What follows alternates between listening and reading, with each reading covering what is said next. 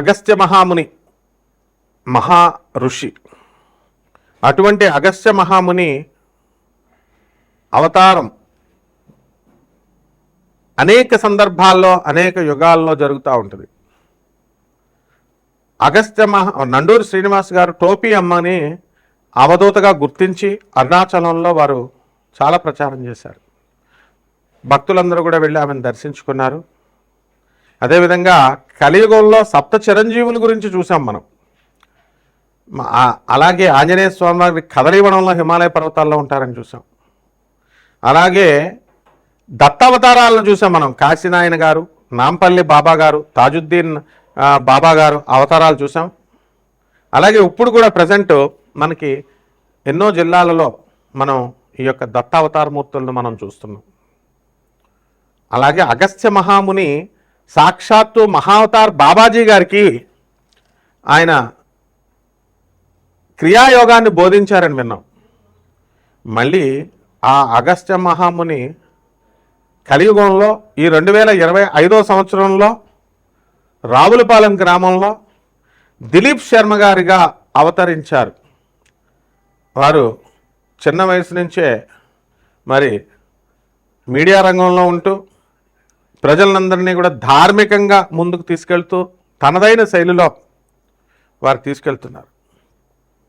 అదేవిధంగా సాక్షాత్తు జగద్గురు అయినటువంటి దత్తాత్రేయ స్వాముల వారు మరి మనందరికీ తెలుసు గాణగాపురంలో నిత్య నివాసిగా ఉన్నారు. వారు కలియుగంలో BHELలో గురునాథ శర్మ గారిగా కటిక బ్రహ్మచారి అవతారంలో ఇప్పటికి కూడా ఇంకా పెళ్లి చేసుకోలేదు ఆయన.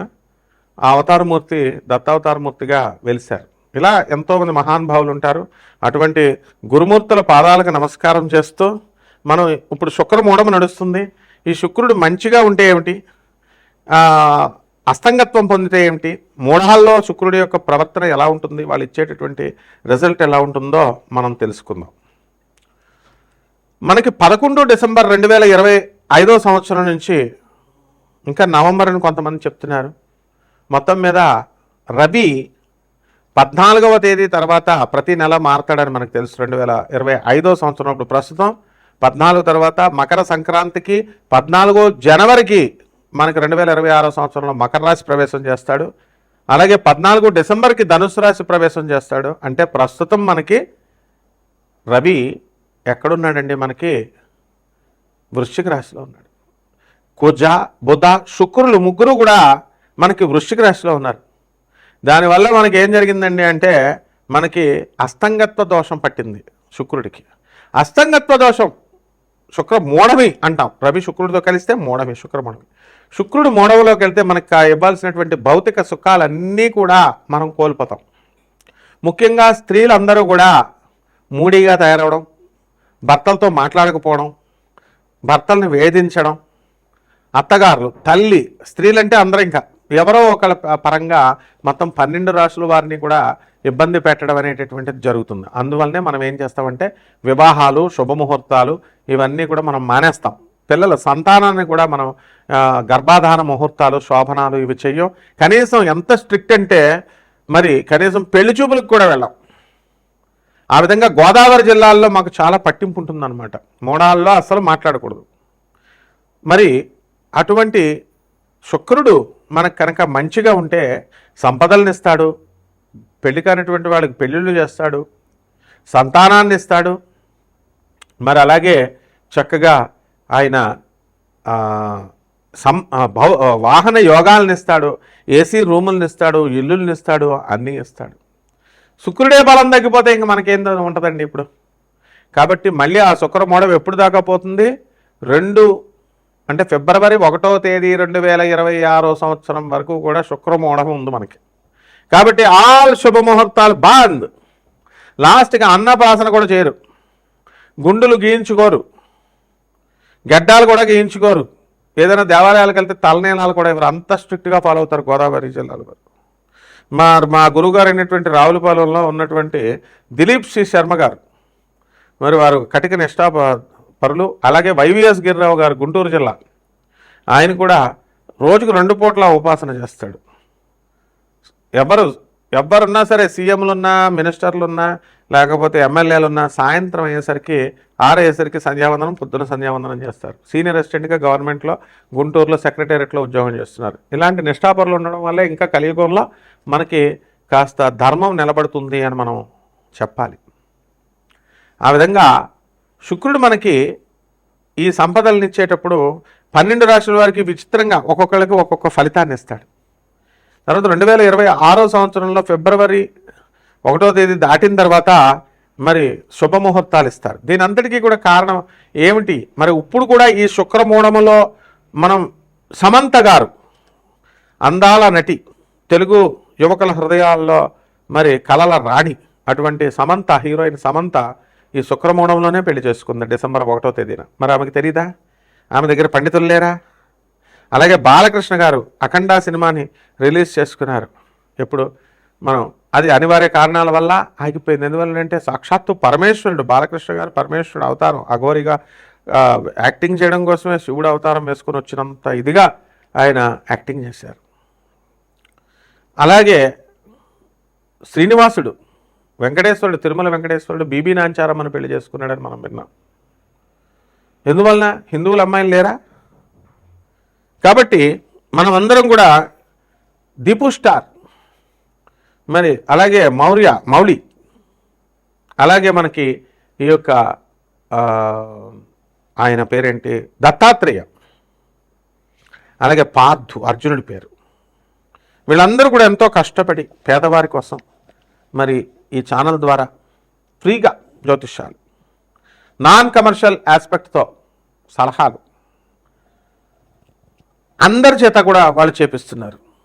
అలాగే వేణుగారు ఈ యొక్క చైర్మన్ ఛానల్కి పేదవారు బాగుండాలని కోరుకుంటాడు ఆయన, అంతే.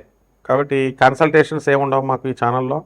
మీకు శుక్ర దోషాలు ఉన్నటువంటి వాళ్ళు చక్కగా మీకు ఏ డౌట్లు, భార్యలతో యుద్ధాలు పెట్టుకోవద్దు, భార్యలు కొట్టేస్తారు. ఇప్పుడు అందరూ భర్తలను బాధేస్తారు, ఏవద్దు, చెవులో దూదెట్టేసుకోండి. భార్యలు వేధిస్తారు, చెవులో దూదెట్టేసుకోండి. చిన్నపిల్లలు వీళ్ళు కొట్టుకోవడం వల్ల మీకు కాపురాలు నిలబడవు.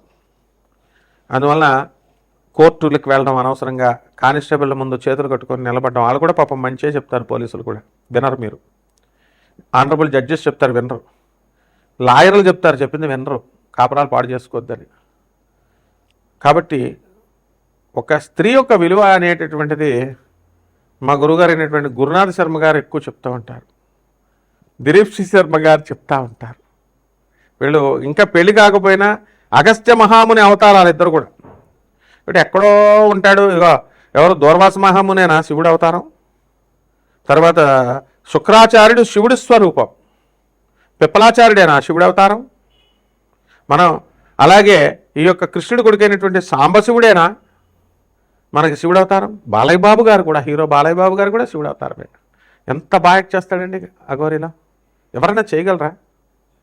కమాన్, ఇప్పుడున్న హీరోలు చేస్తానని రమ్మనండి, ఎవరూ చేయలేరు. మేషరాశి, ఈ మేషరాశి వారికి అందరికీ కూడా మనందరికీ తెలిసిందే ఏలినాటి శని జరుగుతుందండి. ఏలినాటి శని జరిగేటప్పుడు మనకి ఆదాయాల మీద దెబ్బ కొడతాడు. అయితే ఇంతకు ముందు కంటే కూడా మీకు ప్రస్తుతం కొంచెం మెరుగుదల కనబడుతుంది. కుజ, శుక్ర, బుధ, రవి గ్రహాలన్నీ కూడా వృశ్చిక రాశిలో ఉండడం వల్ల మీకు మేషరాశి వారికి కొంచెం సమస్యలు రావడానికి అవకాశం ఉంది. అలాగే ఇప్పుడు మనం ఈ టాపిక్ అంతా ఏంటండి, శుక్రుడు మనకి ఏమయ్యాడు, మూఢంలో పడ్డాడు. కాబట్టి ఆడవాళ్ళతో జాగ్రత్తగా ఉండండి. భార్య అయినా సరే ఫ్రీగా దొరికింది కదా అని జోకులేస్తూ కూర్చోవద్దు, ఎందుకంటే సడన్గా రివర్స్ అయిపోతారు వాళ్ళు. పోనీ భార్య కాదనుకుంటే తల్లో చెల్లో వీళ్ళ కూడా రివర్స్ అవ్వడానికి అవకాశం ఉంది. అలాగే బంధువుల దగ్గరికి వెళ్తారు, మీరు బంధువులతో లిమిటెడ్గా మాట్లాడండి, లేకపోతే అపనిందలు పాలవడానికి అవకాశం ఉంటుంది. ఆదాయాలు పెరుగుతాయి, బంధువులతో ఖర్చులు బాగా పెరుగుతాయి. కొత్త కొత్త వ్యక్తులు పరిచయం అవుతారు. ఏమంటే పరిచయం అయ్యారు కదా అండి అని చెప్పేసి మీరు వాళ్ళ మంచోళ్ళ చెడ్డలో మీరు తేల్చుకోవాలి. వాళ్ళ లాభాలు ఉన్నాయంటే జ్యోతిష్కుడే చెప్పడం అన్నీ కూడా. అలాగే ఆలోచనలు, కొత్త కొత్త ప్రాజెక్ట్స్ చేయాలని ఆలోచిస్తూ ఉంటారు. కొత్త కొత్త ఉద్యోగాలు, పాపం మేషరాశి వాళ్ళకి రిసెషన్ పీరియడ్లో సాఫ్ట్వేర్లే కాదు ఇతర ఉద్యోగాలు కూడా, వృత్తుల్లో ఉన్న వాళ్ళ ఉద్యోగాలు పోయిన వాళ్ళు ఉంటారు. మీరేం బెంగపడకండి, మీ అందరికీ కూడా ఉద్యోగాలు రావడానికి అవకాశాలు ఉన్నాయి. అలాగే పెళ్ళిళ్ళు, అసలు ఘోటక బ్రహ్మచారులను ఉంటారు. ఘోటక బ్రహ్మచారుల యొక్క ఆశీర్వాదం వల్ల మీకు చక్కగా వివాహాలు కూడా అవుతాయి. ఇప్పుడు మూడం కాబట్టి అవ్వదు, ఫిబ్రవరి 1 వరకు. అలాగే ఈ యొక్క సంతానం కోసం ఎదురు చూస్తున్నటువంటి వాళ్ళకి ఏ అడ్డంకులు ఉండవు. విదేశాల పిచ్చి బాగా పట్టుకుంది ఇప్పుడు. విదేశాలకు వెళ్ళేవాళ్ళు ట్రంప్ వచ్చిన తర్వాత కొంచెం తగ్గింది అనుకోండి, ఆయన రానివ్వట్లేదు కాబట్టి, కానీ మీకు విదేశాల్లో కూడా మంచి అవకాశాలు దొరుకుతాయి. అలాగే ఇవన్నీ కూడా మీకు రైతుల పరిస్థితి ఏమంటే రైతులకి పూజారులకి సంబంధాలు పెళ్ళిళ్ళు ఇవ్వట్లేదని చాలా బాధపడుతున్నారు.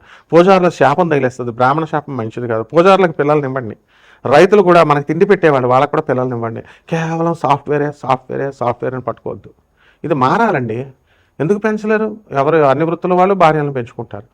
అలాగే ఈ యొక్క police department, commercial tax, income tax, ఈ డిపార్ట్మెంట్స్లో పనిచేస్తున్నటువంటి వాళ్ళందరికీ కూడా ప్రమోషన్లు రావడానికి అవకాశాలు ఉన్నాయి.